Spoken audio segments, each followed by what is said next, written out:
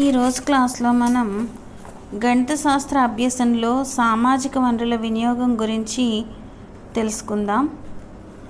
So జనరల్గా మ్యాథ్స్కి సంబంధించినటువంటి resources ఏమేంటి అనేది చూసుకున్నట్లయితే వాట్ ఈజ్ రీసోర్స్ ఫస్ట్ అది చూసుకుంటే, రీసోర్స్ మీన్స్ మనకి టీచింగ్ లెర్నింగ్ రీసోర్స్ అనేటప్పటికి టీచింగ్ లెర్నింగ్ ప్రాసెస్లో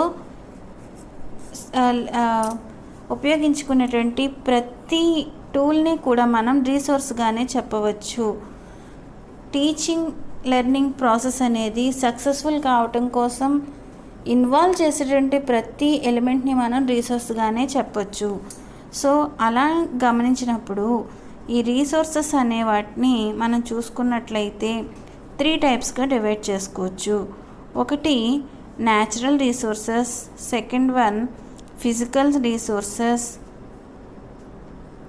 and third one community resources. So natural resources అనేది చూసుకుంటే సహజము అంటే మనకి జనరల్గా జీవంతో ఉన్నటువంటి ప్రాణంతో ఉన్నటువంటి రీసోర్సెస్ని అన్నింటినీ కూడా మనం న్యాచురల్ రీసోర్సెస్గా చెప్పచ్చు. సహజ వనరులు లేదా సజీవ వనరులు.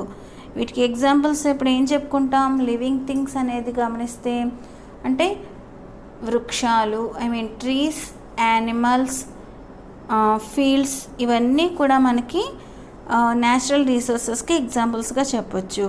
ఇంకా ఫిజికల్ రీసోర్సెస్ అంటే మనకి నేచర్లో కనిపించేటటువంటి నాన్ లివింగ్ థింగ్స్ అన్నింటినీ కూడా మనం ఫిజికల్ రీసోర్సెస్గా చెప్పొచ్చు. అంటే పాండ్స్, వాటర్ బాడీస్, అలాగే మౌంటైన్స్ అండ్ హిల్స్, అలాగే మ్యాన్మేడ్ అయినటువంటి ఫ్యాక్టరీస్, అలాగే మ్యాన్మేడ్ ఆబ్జెక్ట్స్, ఇవన్నీ కూడా మనం ఫిజికల్ రీసోర్సెస్గా చెప్పొచ్చు. ఈ రెండు కాకుండా ఈ న్యాచురల్ రీసోర్సెస్లో మనం మనిషిని ఇంక్లూడ్ చేయలేదు. సో అక్కడ మనిషిని కానీ మనం సపరేట్గా చెప్పుకుంటే అది ఈ కమ్యూనిటీ రీసోర్సెస్లో వస్తుంది. కమ్యూనిటీ మీన్స్ అక్కడ మన చుట్టూ ఉండేటటువంటి సమాజంలో డిఫరెంట్ ఫీల్డ్స్కి సంబంధించినటువంటి ఎక్స్పర్ట్స్ ఉంటారు, డిఫరెంట్ ప్రొఫెషనల్స్ ఉంటారు, అలాగే ఆర్టిస్టులు ఇలా ఉంటారు. సో ఇలాంటి ఆర్టిస్టులు, టెక్నీషియన్స్, డాక్టర్స్, టీచర్స్, లాయర్స్, ఇలాంటి డెసిగ్నేషన్స్లో ఉన్నటువంటి ఎవ్రీ పర్సన్ కూడా మనం కమ్యూనిటీ రీసోర్సెస్గా చెప్పవచ్చు. అలాగే వీళ్ళకి గల ఇంకొక పేరు ఏంటంటే ఇంటలెక్చువల్ రీసోర్సెస్. ఇలా మనకి రీసోర్స్ అనేవి న్యాచురల్, ఫిజికల్ అండ్ కమ్యూనిటీ రీసోర్సెస్గా 3 టైప్స్గా మనం డివైడ్ చేయటం జరుగుతుంది. సో యాక్చువల్లీ రీసోర్స్ అనేదాన్ని ఎందుకు యూజ్ చేయాల్సి ఉంటుంది టీచింగ్ లెర్నింగ్లో అనేది చూసుకుంటే, టీచింగ్ లెర్నింగ్ సంబంధించి క్లాస్ రూమ్లో మనం ఏమైతే టాపిక్ నేర్చుకోవాలనుకుంటున్నామో ఆ నేర్చుకోవాలనుకునే టాపిక్ని స్టూడెంట్ ముందుగానే తెలుసుకోవటానికి వీలుగా మనం రీసోర్స్ని యూజ్ చేసుకోవటం, అలాగే లెసన్స్ సంబంధించినటువంటి టీఎల్ఎంని తయారు చేసుకోవడానికి, స్టూడెంట్స్లో యాక్టివ్నెస్ అలాగే అబ్జర్వేషన్ స్కిల్స్ అనేవి పెంపొందించడానికి, అంతేకాకుండా నేచర్లో జరిగేటటువంటి న్యాచురల్ ఫినామినాస్ గురించి క్లాస్ రూమ్లో తెలుసుకునే కంటే కూడా న్యాచురల్గా అక్కడ డైరెక్ట్ ఎక్స్పీరియన్స్ కలిగించడం ద్వారా స్టూడెంట్స్ తెలుసుకోవటం, అలాగే అక్కడ బయట నేర్చుకునే అంశాన్ని క్లాస్ రూమ్ టీచింగ్కి కనెక్ట్ చేసి నేర్చుకోవటం, అంతేకాకుండా ఏ కంటెంట్ అయితే నేర్పాలని అనుకుంటున్నామో దానికి సంబంధించిన పర్టిక్యులర్ అండ్ పర్ఫెక్ట్ ఇన్ఫర్మేషన్ని పొందడానికి ఈ రీసోర్సెస్ అనేవి యూజ్ అవుతాయి. సో ఆ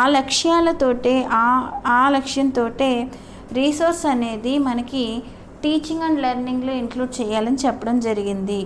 అంటే దానికి గల కారణాలను మనం ఎలా చెప్పుకోవచ్చు మరొకసారి అంటే రీసోర్సెస్ ఉపయోగించడం వల్ల ఏమేంటి యూజ్ అనేది ఎలా చెప్పొచ్చు? ఫస్ట్ కావాల్సినటువంటి టీఎల్ఎంని ప్రిపేర్ చేసుకోవడం సులువవుతుంది. అలాగే డైరెక్ట్ ఎక్స్పీరియన్సెస్ అనేవి స్టూడెంట్స్కి కలుగుతాయి. అంతేకాకుండా టీచింగ్ లెర్నింగ్ ప్రాసెస్కి సంబంధించి మనం ఎఫెక్టివ్ టీచింగ్ లెర్నింగ్ ప్రాసెస్ అనేది మనం కలిగించవచ్చు. ఈ కారణంగా క్లాస్ రూమ్లో ఉండేటటువంటి 3 టైప్స్ ఆఫ్ స్టూడెంట్స్కి కూడా చాలా చక్కగా కాన్సెప్చువల్ అండర్స్టాండింగ్ అవుతుంది, విసుగు అనేది రాదు.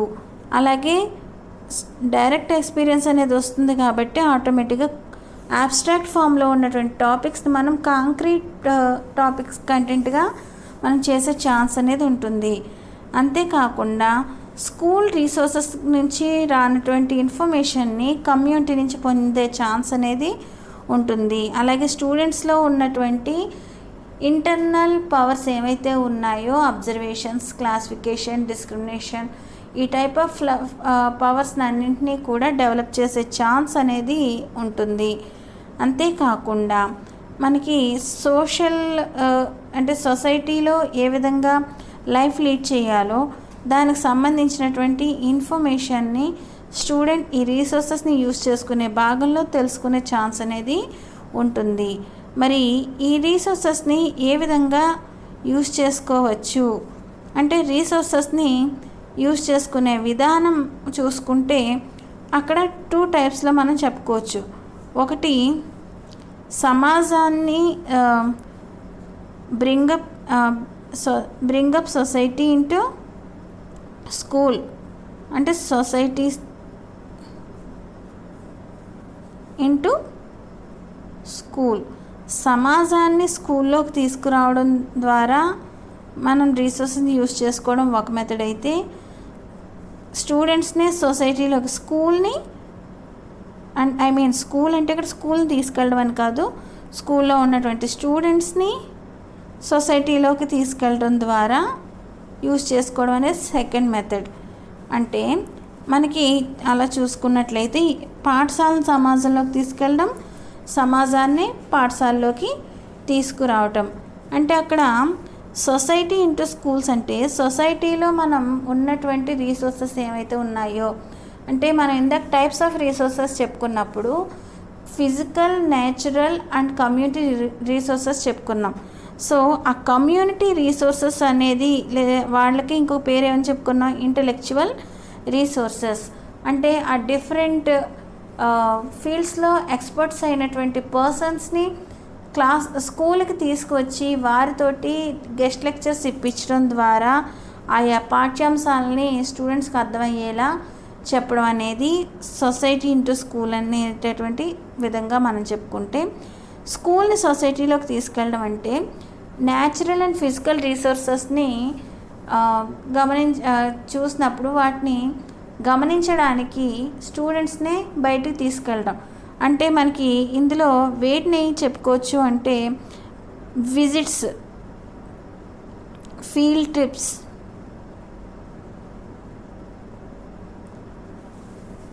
అలాగే అలాగే మ్యాథ్స్ సంబంధించినటువంటి విజిట్స్, ఈ రెండు కూడా మనం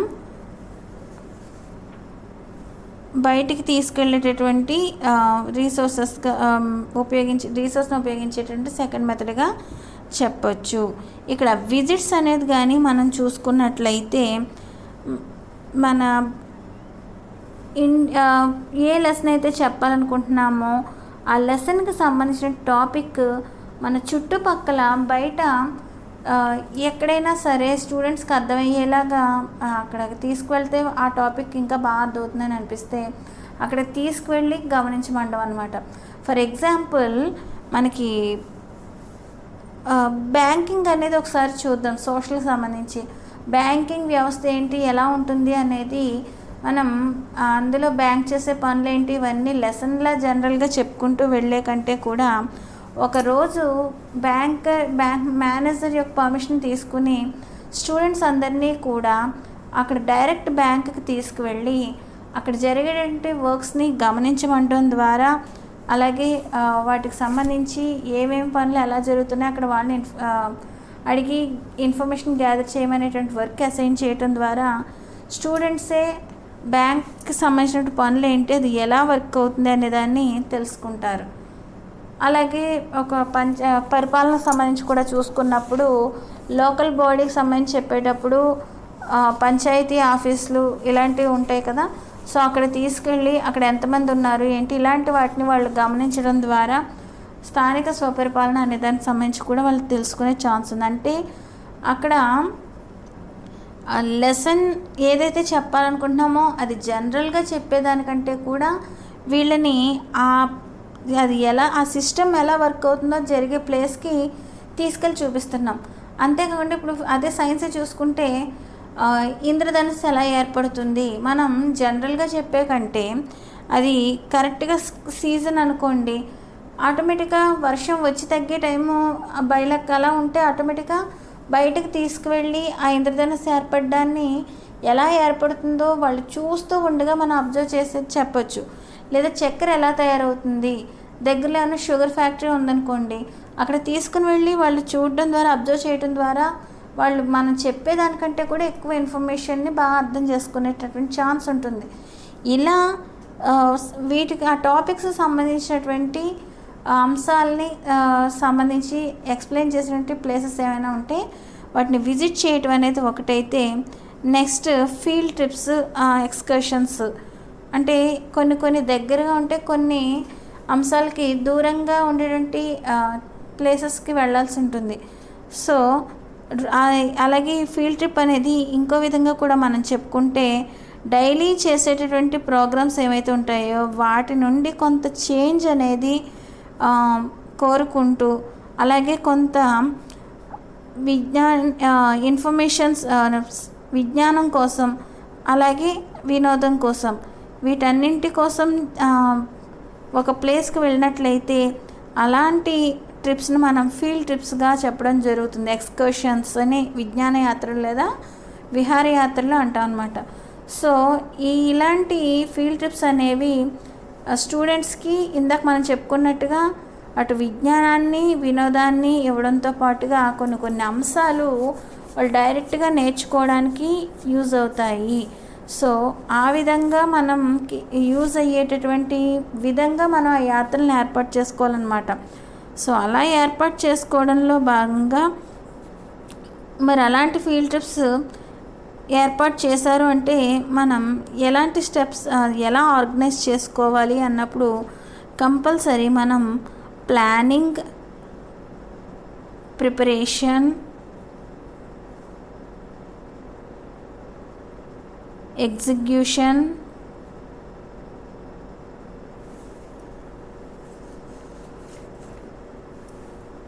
follow up activities,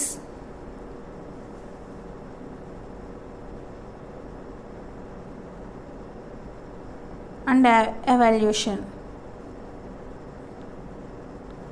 ఈ 5 స్టెప్స్ని మనం కంపల్సరీ తీసుకోవాలి. ప్లానింగ్ అంటే ఫస్ట్ ఏ ఉద్దేశంతో ఇప్పుడు అక్కడ ఫీల్డ్ ట్రిప్ అనేది చేస్తున్నాము, దానికోసం ఎక్కడికి వెళ్ళాల్సి ఉంటుంది, వెళ్ళే చోట అక్కడ అవసరమైన ఏమేమైతే విద్యార్థులు చూపించాలనుకుంటున్నారో దానికి సంబంధించి ఆఫీసర్ యొక్క పర్మిషన్ తీసుకున్నామా లేదా, ఎప్పుడు బయలుదేరాలి, ఎలా బయలుదేరాలి, ఎంతమందితో బయలుదేరాలి, ఎంత ఖర్చు అవుతుంది, ఇవన్నీ కూడా ముందుగానే నిర్ధారించుకోవడంని ప్లానింగ్ అని చెప్పొచ్చు.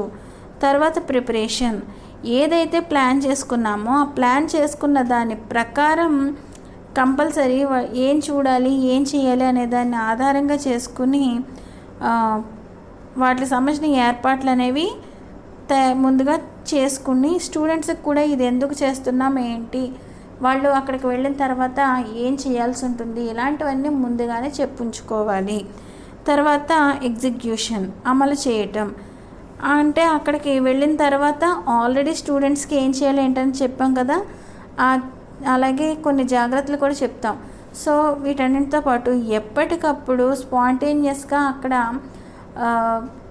యాక్షన్స్ అనేవి తీసుకుంటూ స్టూడెంట్స్ ఆ వెళ్ళిన చోట ఏదైతే అవసరమైన రిక్వైర్డ్ ఇన్ఫర్మేషన్ కావాలో ఆ ఇన్ఫర్మేషన్ వాళ్ళు కలెక్ట్ చేస్తున్నారా లేదా అనేది గమనించుకుంటూ కంపల్సరీ మనం ఏ ఉద్దేశంతో అయితే ఆ ఫీల్డ్ ట్రిప్ అనేది వేసామో ఆ ఉద్దేశం నెరవేరేలా మనం చూసుకోవాల్సి ఉంటుందన్నమాట.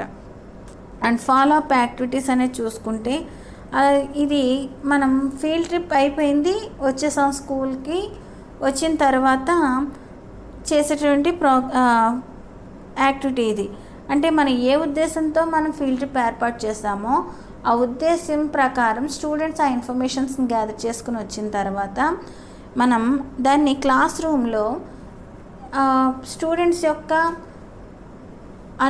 ఎక్స్పీరియన్సెస్ ఏవైతే ఉన్నాయో వాటిని వాళ్ళతోటి చెప్పించటం, వీటి ఆధారంగా చేసుకుని మనం చెప్పాలనుకునే పాఠ్యాంశాన్ని దానికి ఇంటర్లింక్ చేసుకుంటూ స్టూడెంట్స్కి ఆ అంశాల పట్ల మరింత అవగాహన అయ్యేలాగా చేయటం, ఇవన్నీ కూడా మనకి ఫాలోఅప్ యాక్టివిటీస్గా చెప్పొచ్చు. అలాగే వీళ్ళు వెళ్ళినటువంటి ఎక్స్కర్షన్ మీద వాళ్ళ యొక్క అనుభవాలని స్టూడెంట్స్తో చెప్పించడం మాత్రమే కాకుండా చక్కగా వ్యాసరచన రూపంలో, ఎస్ఏ కాంపిటీషన్ రూపంలో కానీ, లేదా వాళ్ళు అక్కడికి వెళ్ళి వచ్చిన వాటిని చూపించేటటువంటి డ్రాయింగ్స్ కానీ, ఏదైనా మోడల్స్ తయారు చేయించే టైపు కానీ, ఇలాంటి ప్రోగ్రామ్స్ అన్నీ కూడా మనం ఫాలోఅప్ యాక్టివిటీస్ కానీ చెప్పొచ్చు. అండ్ ఫైనల్గా ఎవాల్యూషన్, అంటే ఇలా ఒక వర్క్ కంప్లీట్ అయింది అంటే మనం ఫీల్డ్ ట్రిప్కి వెళ్ళొచ్చాము, వచ్చిన తర్వాత ఫాలోఅప్ యాక్టివిటీస్ కూడా కంప్లీట్ అయ్యాయి.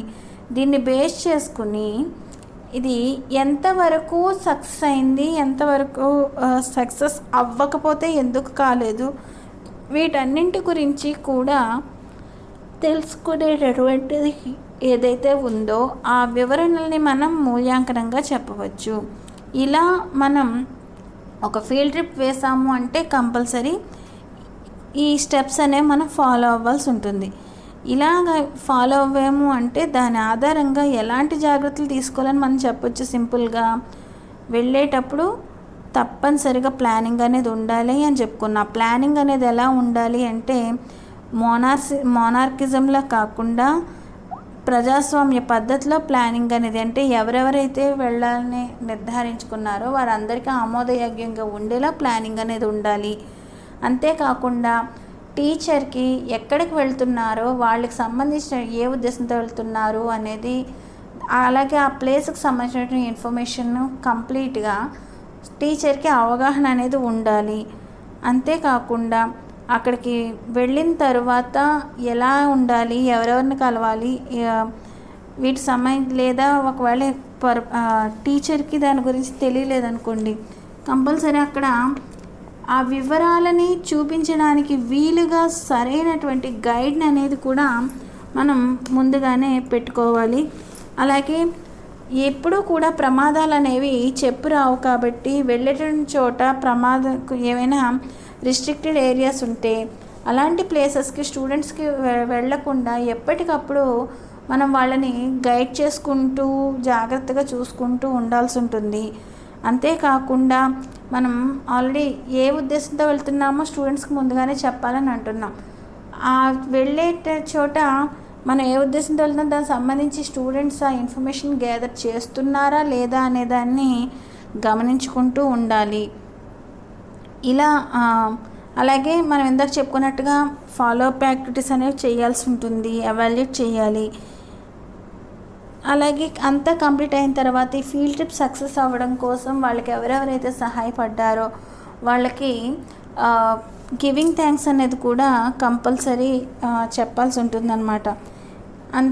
ఆ ఫీల్డ్ ట్రిప్కి సంబంధించిన ఇన్ఫర్మేషన్ అంతా కూడా ఒక చోట నోట్ చేసుకోవాలి. ఇలా మనకి ఫీల్డ్ ట్రిప్ అనేది చేయవలసి ఉంటుంది. సో ఇలా చేసినప్పుడు మాత్రమే ఫీల్డ్ ట్రిప్ అనేది సక్సెస్ అవుద్దని చెప్పచ్చు. ఈ విధంగా మనం రీసోర్సెస్ని యూస్ చేసుకోవచ్చు అన్నమాట. ఈ విధంగా మనకి ఓన్లీ మ్యాథ్స్లో అనే కాదు, ఏ సబ్జెక్ట్ సంబంధించిన టీచింగ్ అండ్ లెర్నింగ్ ప్రాసెస్లో రీసోర్సెస్ అనేవి యూజ్ అవుతాయని చెప్పొచ్చు.